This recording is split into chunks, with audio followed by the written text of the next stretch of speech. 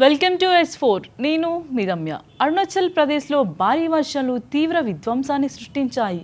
KA షాన్మోర్ జిల్లాలో ఆకస్మిక వరదలు రావడంతో లోతట్టు ప్రాంతాలు జలమయమయ్యాయి. పలు చోట్ల ఇల్లు దెబ్బతినగా ముగ్గురు గల్లంతవడం ఆందోళన కలిగిస్తుంది.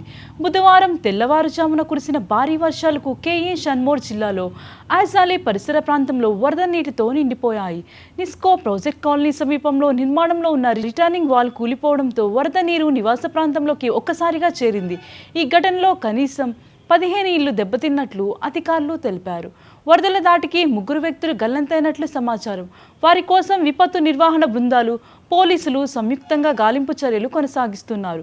మరోవైపు షోటిన్ హోస్ ప్రాంతాల మధ్య ఉన్న జాతీయ రహదారి పలు చోట్ల కొండ చర్యలు విరిగిపడడంతో వాహనాల రాకపోకలు నిలిచిపోయాయి.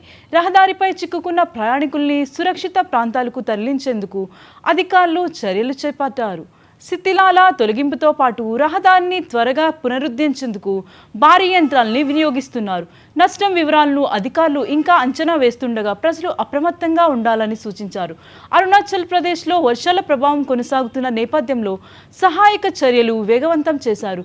గల్లంతైన వారి కోసం గాలింపు కొనసాగుతుండగా పరిస్థితిని అధికారులు ఎప్పటికప్పుడు పర్యవేక్షిస్తున్నారు.